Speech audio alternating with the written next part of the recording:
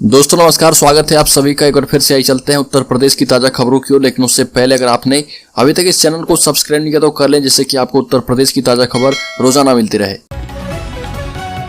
पहली बड़ी खबर, कांचीराम आवास घोटाले के मामले में चंदौली से पुलिस ने 4 आरोपितों को मुख्य न्यायिक मजिस्ट्रेट श्याम बाबू की कोर्ट में पेश किया।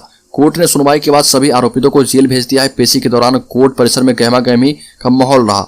गिरफ्त में आए इन 4 आरोपियों में तत्कालीन तहसीलदार सुनील वर्मा भी शामिल हैं। अलीखुर कुंभ 2025 से पहले पूरा कर लिया जाएगा अविरल निर्मल गंगा प्रस्ताव। उत्तर प्रदेश के मुख्यमंत्री योगी आदित्यनाथ ने घोषणा करते हुए कहा कि अविरल निर्मल गंगा का प्रस्ताव प्रयागराज कुंभ 2025 से पहले पूरा कर लिया जाएगा। इस संबंध में मुख्यमंत्री योगी ने नमामि गंगे प्रोजेक्ट के कार्यान्वयन की समीक्षा करते हुए आवश्यक दिशा निर्देश दिए। मुख्यमंत्री कार्यालय से जारी एक प्रेस रिलीज में सरकार को सूचित किया गया कि नेशनल गंगा काउंसिल की दूसरी बैठक 30 दिसंबर को निर्धारित की गई है।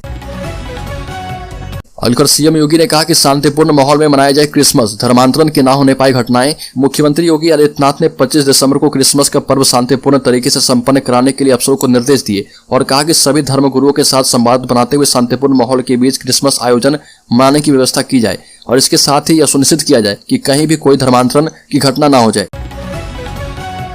अलकर पसमानदा मुसलमानों पर बसपा की भी नजर, मायावती ने सभी मंडल कोऑर्डिनेटर को दिया लक्ष्य। आपको बता दें कि पसमानदा मुस्लिमों पर भाजपा के ध्यान केंद्रित करने से परेशान हुई बसपा अब उन्हें नए सिरे से अपने साथ जोड़ने की तैयारी कर रही है। इसके लिए बसपा सुप्रीमो मायावती ने सभी कोऑर्डिनेटरों को इसका लक्ष्य दिया है। वो खुद भी इसकी समीक्षा करेगी कि किस कोऑर्डिनेटर ने लक्ष्य पर कितना काम किया। सपा और बसपा तो मुस्लिम वोटों पर दांव लगाती रही है, पर अब भाजपा ने भी मुस्लिम वोटों को जोड़ना शुरू कर दिया है और इससे बसपाई खेमे में हलचल मच गई है।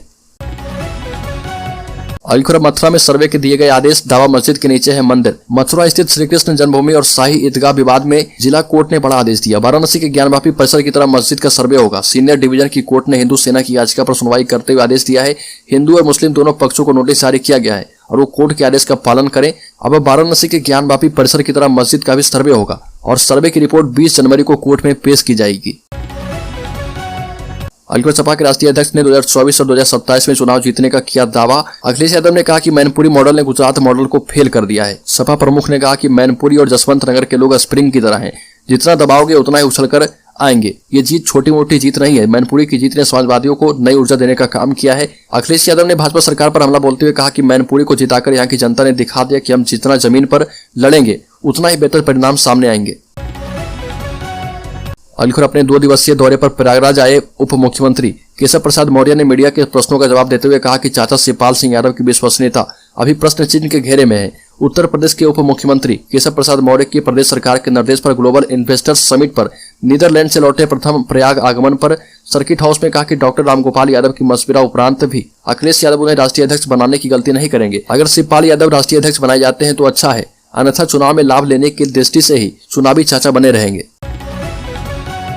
अलीगढ़ उत्तर प्रदेश के 3450 पुराने एवं जर्जर स्कूलों में नए भवनों का होगा निर्माण, बजट किया गया जारी।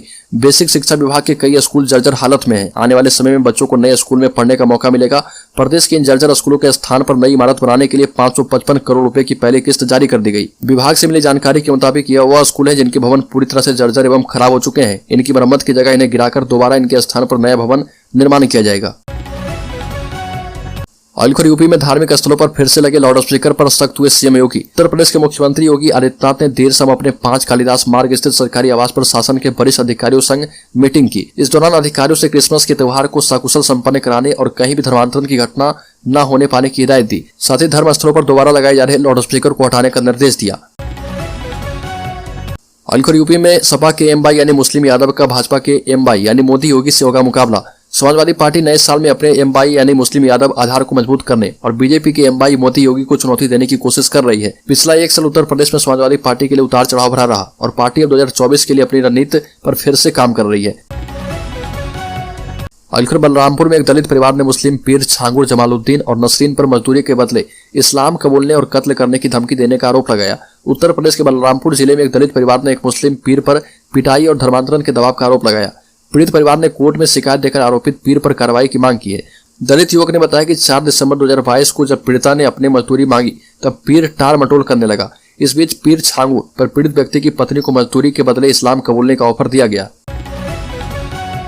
अलीगढ़ सिक्किम सड़क हादसे में यूपी के 4 जवान सहित चीन से सटी एलएसी के पास नॉर्थ सिक्किम में एक दर्दनाक सड़क हादसे में भारतीय सेना के 16 जवान शहीद हो गए। इसी हादसे में यूपी के 4 जवान शहीद हुए, जिसमें लखनऊ, एटा, मुजफ्फरनगर और उन्नाव का एक जवान शामिल है। अलीगढ़ उत्तर प्रदेश विधान परिषद में मनोनीत कोटे की खाली सीटों पर सत्तारूढ़ बीजेपी में कई दावेदार हैं। इनमें बीजेपी के अलावा बाहर से आए नेता भी शामिल हैं, लेकिन पार्टी सूत्रों से मिली जानकारी के मुताबिक मनोनीत कोटे की 6 सीटों पर केवल संगठन के लोगों को ही मौका दिया जाएगा। प्रदेश नेतृत्व ने 22 लोगों की सूची बनाकर आलाकमान को भेज दिया है और इनमें से किन 6 नामों की लॉटरी लगती है, ये तो आने वाले समय में ही बताएंगे। अलीगढ़ यूपी के मुख्यमंत्री योगी आदित्यनाथ ने केंद्रीय मंत्रिमंडल से रक्षा बलों के कर्मियों एवं परिवार पेंशन धारकों के लिए 1 रैंक 1 पेंशन के प्रावधानों में संशोधन के प्रस्ताव को मंजूरी मिलने के बाद खुशी जाहिर करते हुए ट्वीट किया और पीएम मोदी का आभार प्रकट किया। योगी ने लिखा कि 25 लाख से अधिक पूर्व सैनिकों एवं उनके परिवारों को लाभान्वित करने वाले इस निर्णय के लिए पीएम मोदी जी का हार्दिक आभार है।